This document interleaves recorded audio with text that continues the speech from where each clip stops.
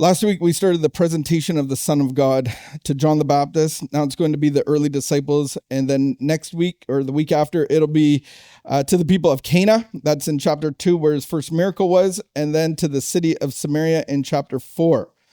And it was a good question last week. It's who are you? It's a very awkward question for most of us to fill out, and there's a reason behind it. John the Baptist started out that question, which we should all do, is just start by the presentation of who you aren't. I am not Jesus. That's a good, when the cops pull you over, if you ever get that blessing, just your license and ID, who are you? You just say, I'm not Jesus. And maybe it'll go really well or maybe not. I'm not sure. But it's a good place to start in your heart to go, I'm not God. I'm not running the show. That's where all of our problems tend to come from. And John replied in the words of Isaiah the prophet in verse 23, I am the voice of the one calling in the wilderness, make straight the way of the Lord. And he's saying that he's the voice and Jesus is the word. Very good. See, Jesus is the word. Okay, great. We're talking now. We got a conversation. So identity can come out of what you're doing. It doesn't mean that's who you are. We live out of our false identities all the time. I used to be John the truck driver. I used to be John from Jericho. So you get known. Your identity can come out of what you do, how you live, where you live. But I heard an amazing quote, don't tell me who I am, because it's still being spelt out. I'm still not really who I am. And I thought that was really good for me because I asked that question enough. And do we know who we really are all the time? I think that changes, that develops. And God knows who you are, though, all the time. But whose I am is vitally important. It brings stability. It brings confidence. It brings assurance to what I'm doing. Josh brought up a great point. Is it yes? The Christian answer is, I am a lamb. I'm a child of God. The temptation, though, what's the temptation, Josh? That we be a lion. I have that temptation all the time. I take over. I run the show. All right, let's start in verse 35. The next day, John was going there again with 2 of his disciples when he saw Jesus passing by. He said, look, the Lamb of God. When the 2 disciples heard him say this, they followed Jesus. Turning around, Jesus saw them, followed, and asked, what do you want? The first recorded words of Jesus from John is a question. I think that's brilliant. That's why out of the 4 Gospels, this is very different. He records a question of Jesus, and it's almost mildly rude. If somebody comes to the Booch Bar, somebody comes to my office, Evan, what do you want? I guess it's a good question. It sparks a conversation. I believe that questions start to introduce change. Are you ready? Are you ready to have this narrative? Are you ready to have this conversation? Because this conversation might take you in a different direction. That's a real question. What do you want? When we do inner healing, when we do deliverance, when we do the 12 steps of Alcoholics Anonymous, those are good questions. And it's what I start with. On page 143, there's some very pointed questions. It says, do you want to get sober? Do you want to quit drinking for the rest of your life? Do you want to have a relationship with God? And then it says, are you willing to go to any lengths to get that? Most of us that have had those questions, what do we say? Yeah. All right, scored 100 on that test. And then reality comes in. It's a great place to start, though. What do you want? Do you want to get well? Do you want to walk? Because if you get to walk and you've been unable to walk for your whole entire life and you've been a beggar, begging for change, counting on the people that come every day to give you grace and mercy and provision, all of a sudden, when you're offered a whole new way of living, you actually got to take that into consideration. Am I ready to walk? It seems like a silly question, but if you've been in dysfunction for your whole entire life, in addiction, in addictive relationships, in patterns and behaviors, that actually bring life and validation to you? You're going to the outside to fill the inside. It's a valid question. What do you want? Do you want to get well? Are you looking for a new way of living?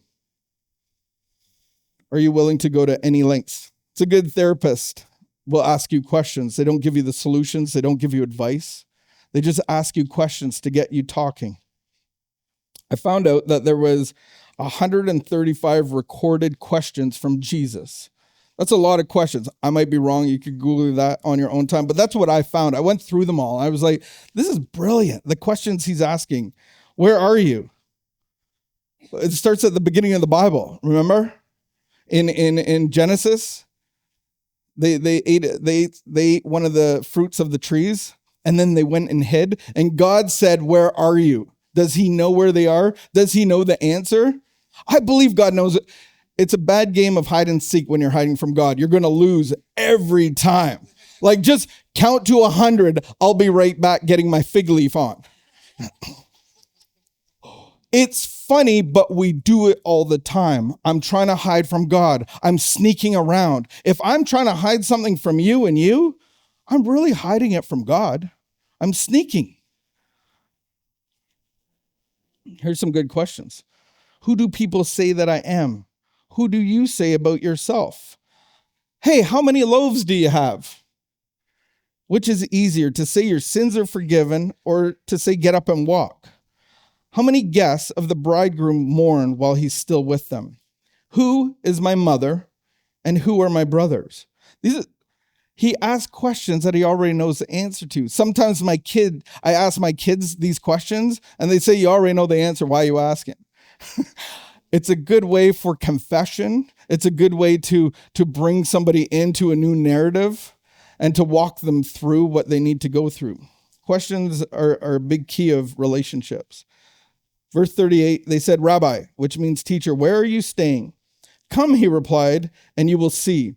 So they went and saw where he was staying, and they spent that day with him. It was about 4 p.m. It's getting close to dinner. Why did they ask where he's staying? I always ask these questions. Like, I get in a conversation with somebody, hey, where are you staying? What's happening? I'm asking because it's near dinner time. What's for dinner? You got a place? You're the lamb, the son of God. Like, lamb chops, lamb kebabs. Like, are you a lamb farmer? I'd be asking for those types of reasons. I believe that they were most likely committed to learning a new way of living. He was a teacher. He was a rabbi. So they were inviting themselves into being under this teacher. Like going away to university or college. Anybody done that? I shouldn't put up my hand. There are some people that have done it and will do it and are going to do it.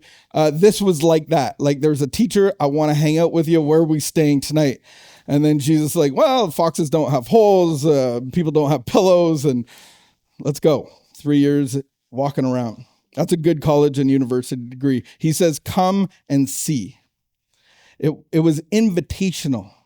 Jesus is very invitational and not so instructional, not worried about like, okay, you want to hang out with me? Let's go through your prerequisites. Have you read the Bible? Do you know any Bible verses? Can I see your internet history? Have you sworn lately? Have you done all the things that you're supposed to do? Prerequisites, really. What are the prerequisites to following Jesus? Man, I think the number one for me, availability. That's a great one because they're going to follow him. They're going to go hang out for 3 years with him. They had to be available. Some of them were fishermen. They had to put away their businesses. Here, Dad, we're going fishing for men. Dad, imagine Dad. That sounds crazy. I think a prerequisite is willingness. Ready to abandon your life. The big book of Alcoholics Anonymous, if you've read that, it doesn't talk about surrender. It talks about abandoning, not a remodeling, not a redecorating. It's an abandonment of your life to walk a new way. It's like asking the blind, the deaf, the lame, do you want a new life? Do you want a new way of living? I'm going to open your eyes, open your ears, and let you walk by the power of God. That's a whole new way of living. But so many of us say, check, check, check. I want all this, and you never get off the mat. I like my cane. I like all the people that come to me. I feel special. I feel valued. There's that one guy. He always brings me a sandwich with bologna on it. I love bologna. And he really cares for me. And he just take and take. Prerequisite is abandonment, openness, and honesty. I had an invitation in my early beginnings of my sobriety in 2006. I got sober, had trouble staying that way. I lived out of my resume. Once you take 6 months off, you got to get back to work. You got to pay your bills. There was a lot going on. Got back home, the kids, the responsibility. I remember going to the bathroom. Didn't really need to go. I just needed a break from everybody. And everybody, all of a sudden, they're in the bathroom with me. I'm like, what is this a safety meeting? Like, what's going on in here? I just need peace and quiet. It was hard. I relapsed a few times because I took the responsibility. If God is my father, the father takes the responsibility. I get to be the kid. I wasn't playing. I was taking responsibility. I was doing the adult things. And after 3 or 4 relapses, you're probably counting better, maybe 5. I tend to minimize those things. Could have been 5 in about 6 months. And I finally said, I'm going to be a professional volunteer. And I threw away my resume and I abandoned that resume. And after volunteering for about 9 months, no income, a man named Ray D, he was a ministry leader at Jericho Road, developed Jericho Road. It was a home for guys with mental illness. And it was one of the places that I had volunteered. I hung out with the pastor every day for 9 months. I was there for lunch, to be honest. But it was fun to learn to pray, to go to hospitals, that kind of stuff, to understand Bible studies and just go deep into my service. And after about 9 months, Ray D, at one of the places that we did a volunteer lunch or a drop-in and a Bible study, he asked me, he called me up to his office, a little bit nervous. I thought I got in trouble, had a lot of energy back then, probably still do a little bit. And so I thought I was getting in trouble. That's my first go-to. This little fear of punishment, fear of authority. And he said, hey, little Jon R, I see you seem available. You want a job? I'm like, I do want a job. And it was an invitation to a whole new narrative for me to be shaped and molded into a whole different person. I come from the trades and now I'm making $7 an hour. Money's not a thing anymore. And it's a beautiful thing to get to this point in my life where I don't work for money. Doesn't entice me anymore. So it shaped and changed me, and there was no prerequisites. There was an invitation. And then there was a prerequisite a couple weeks in, and he said, hey, I need your criminal record search. I'm like, yeah, I'll get right on that. I was like, oh, dang, I got one of those, like a bad one, like bad enough not to work with people, like probably violent offender, violence, and all that stuff, beautiful stuff, a couple DUIs, all that beautiful stuff that I probably shouldn't be tending to precious, beautiful sheep that need medication and guidance and love.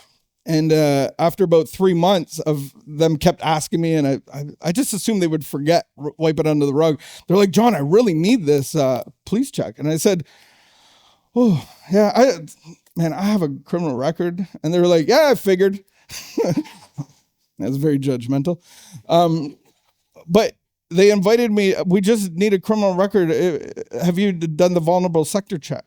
And I said, okay, well, I'll try that. And there I was, approved with my prerequisite, being available, trying to be honest, but being willing to go to any lengths for a new life. And it was a beautiful invitation for somebody I was probably 9 months sober at the time. And you're giving me a key to the med cabinet. It's like, yeah, that's probably not the best idea, but it was an open invitation. Verse 40, Andrew, Simon Peter's brother, was one of the 2 who heard what Jon had said and who had followed Jesus. The first thing Andrew did was find his brother Simon and tell him, we have found the Messiah, that is the Christ, and he brought him to Jesus. This is a true encounter of Jesus. I believe a true encounter will compel you to invite other people. Almost like you don't want to go to heaven alone. Be like Andrew. That's an Andrew thing to do. Be the Andrew in other people's lives. Jesus looked and said to him, you are Simon, son of John. You will be called Cephas, which when translated is Peter / the rock. Jesus names him to what he will become. He actually names him before. It's almost like a prophecy because Peter was probably like shifting sand. Like you wouldn't build a foundation on Peter. He had a temperament. He was probably a little bit like me, maybe a little bit like some of you. Like you're not going to build like a foundation of a church on that person. It's like you never know. He might blow up. He might offend people. But he says you're going to be the rock. And he's giving him a prophetic word that he's going to walk out and we are on that rock. He said, Peter, upon that confession, I'm going to build my church, his bride. We're still living on that prophecy. Has God renamed you, initiated you into manhood or womanhood, given you a hope and a future to walk into? And I just want, can anybody hear the voice of God inside your spirit? Put up your hand. Yeah, so a lot of you. Has Jesus given you a new name? Not very many of you. I went through this exercise we do at the treatment center that I was involved in for 9 years. We do this Wild at Heart stuff, and it's about the father wound. And, you know, in our culture, there's not a lot of initiation into manhood. We don't have a bar mitzvah. We don't have the other things other religions do to usher into you're a real man now. And so it was all about that, the wound of our hearts from our fathers and just being fathered by God. And going through this process. And if that's new to you, we have a conference at the end of this week that we're going up, and that's the premise behind it. I just want you to be quiet right now. And I just want you to ask God if he has a new name for you. You can close your eyes. Take a deep breath and ask God what your name is.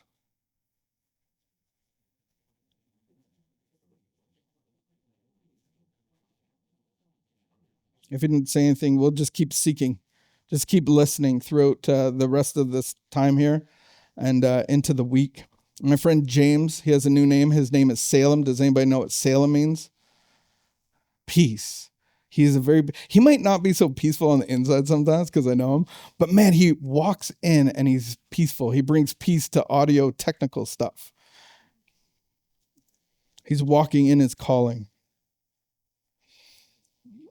I brought in one of my teachers, Doug, at the treatment center, and he did a weekly course, and the premise was this.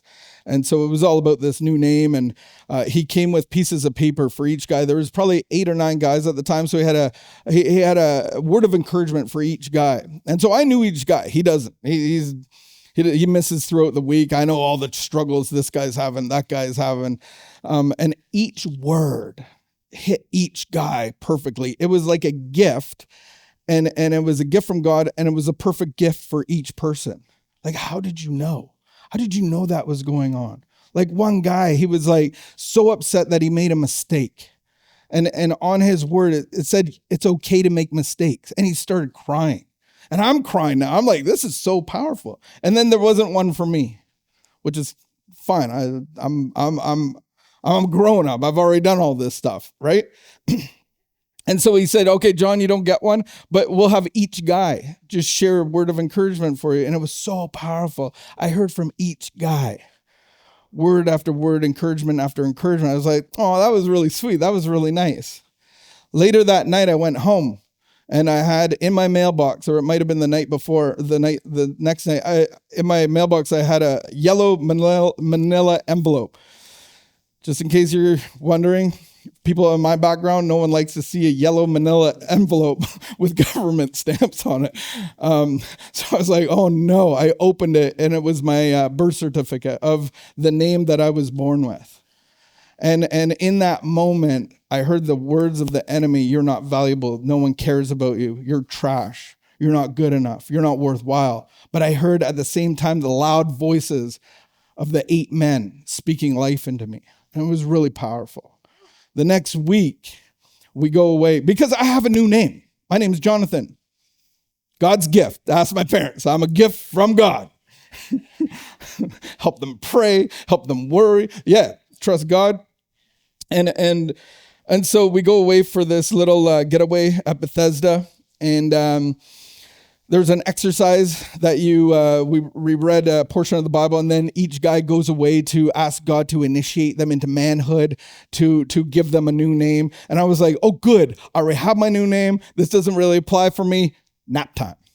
So I go to the room to take a nap. I lay down. All the guys are scattered throughout the property, and there's crosses over there, a little chapel. This is how horrible I am. I'm in bed. I'm taking a nap because this doesn't apply to me. But before I could get into my nap time, REM sleep, God started speaking to me in like a little bit of a movie. And it was like this racetrack. And a car pulls up, and it's a F1 on like a track that it shouldn't be, like on a NASCAR track. So I thought that was odd. And then a hand just came out and gave me the keys. I was like, that's really cool, because if you know me, I love equipment. I love anything with a motor. Like canoes are great if they have a motor. Kayaks, have you seen those kayaks with the suckers that paddle them? Yeah, put a motor on it. It's a good, a bicycle, they're horrible, but put a motor on that. And God was speaking my language. You're a machine, you're for performance. You're like, I'm not a performer on Broadway or anything, but you're designed to act a certain way. And it just started speaking to me as a performance vehicle. We had family down in London, and my cousin's best friend, he ran CASCAR under his dad's Ford dealership. And so I went there after a race, and I've never seen that many dudes rip apart cars like that. The whole car is pulled apart, and they refurbish the whole thing. And that started to speak to me about rest and about taking care of and having community around me. And I'm like, oh man, this is getting in the way of my nap time. And then I heard the word Ephraim. And I was like, oh, that's a cool word. I don't really know it's a city, right? And I actually had to look it up. And I have a new name. I had a birth name, Macy, baby Macy. And then I had a new name, the gift of God, Jonathan. And now I have this new name and this new title called Ephraim. And I had to look it up, and I went on a research project. At the end of the day, it means fruitful. And I thought that was really cool. And so I don't know what the future has, but God's got a plan.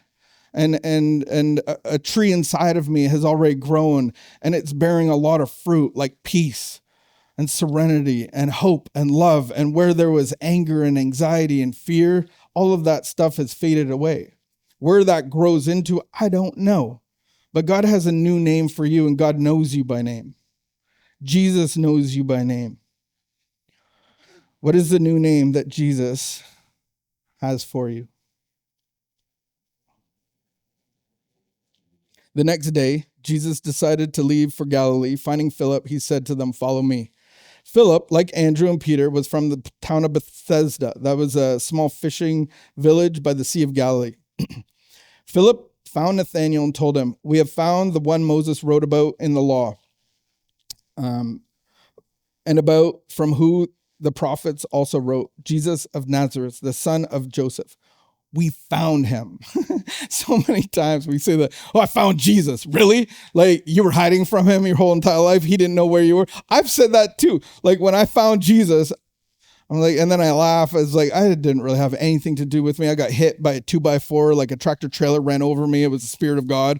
And I was never really the same. I didn't find him. He found me. And he's always been with you, sticking a needle in your arm, drinking and driving, working, whatever the addiction is, he's always been there.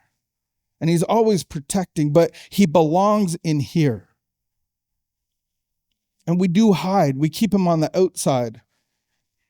Are you ready to walk? Nazareth, can anything good come from there? Nathanael asked. I thought that was interesting, so I looked up. John 21:2 says Nathanael was from Cana. It's the rival of Galilee. They're kind of close together. It was kind of like a friendly rival. Maybe they had the Cana Leafs and the Galilee Senators. So there's a little bit of a rivalry. And he's like, is there anything that could ever come out of, what do we have today? Pembroke? When I meet somebody from born and raised, I was like, okay. Is anybody from Pembroke?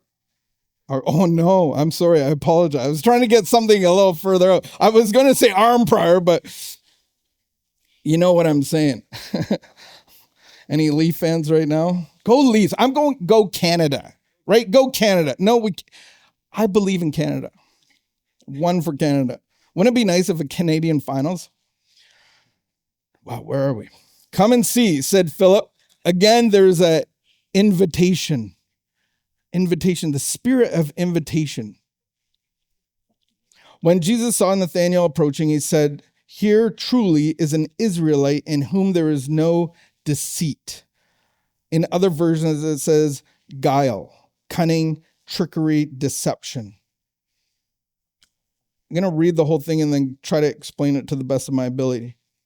"How do you know me?" Nathanael asked. Jesus answered, "I saw you while you were under the fig tree before Philip called you." Then Nathanael declared, "Rabbi, you are the Son of God. You are the King of Israel." Jesus said, "You believe because I told you you were under the fig tree. You will see greater things than that." He added, "Very truly, I tell you," that's plural, you, plural again, "you will see heavens open and angels of God ascending and descending on the Son of Man, on the stairway to heaven." This is a reference. I thought it was interesting that he didn't say you're a true-blooded Jew. He calls him an Israelite. And that is actually a play on Jacob and Esau. Because Jacob had a name. Jacob and Esau were twins. But there are twins here. There's always one before the other, correct? Yeah, has to be. Scientifically, one, and we always ask who's the oldest one, and Jacob was the youngest one, and he was grabbing the heel of his older brother, trying to beat him out because he wants to be the firstborn. He's competitive, and his little spirit is like, I don't want to be left behind. Whatever it was, he was being left behind. They call him the heel catcher, and so that was. From what I can figure out, that was Jesus referring to that scenario, referring him to the Israelite, because in the story, Esau is so hungry. He's a man of the land. And Jacob's kind of a stay-at-home, hangs out with mom, does the cooking, does all that stuff. Nothing wrong with that. Esau is out hunting. Both are great. Both are needed.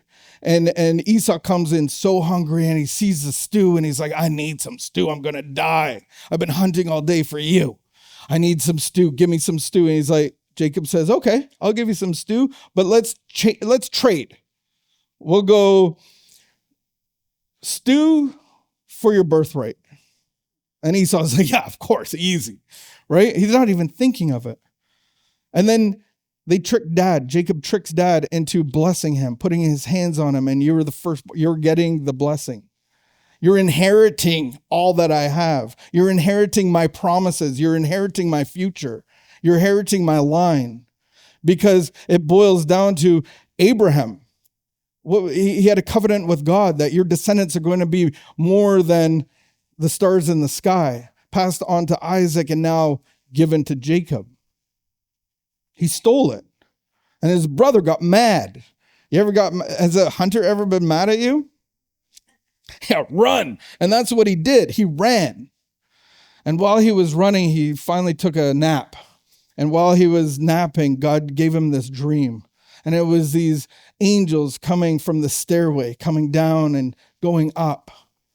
And that's what he's referring to. They all knew the stories. They all knew why he said Israel. Because Jacob's name, a little after that little video that he had, that little vision that he had, the dream that he got to wrestle with an angel. He got to wrestle with God. And he wrestled all night. He kept him there. And then God went like that to his hip. And he walked with a limp.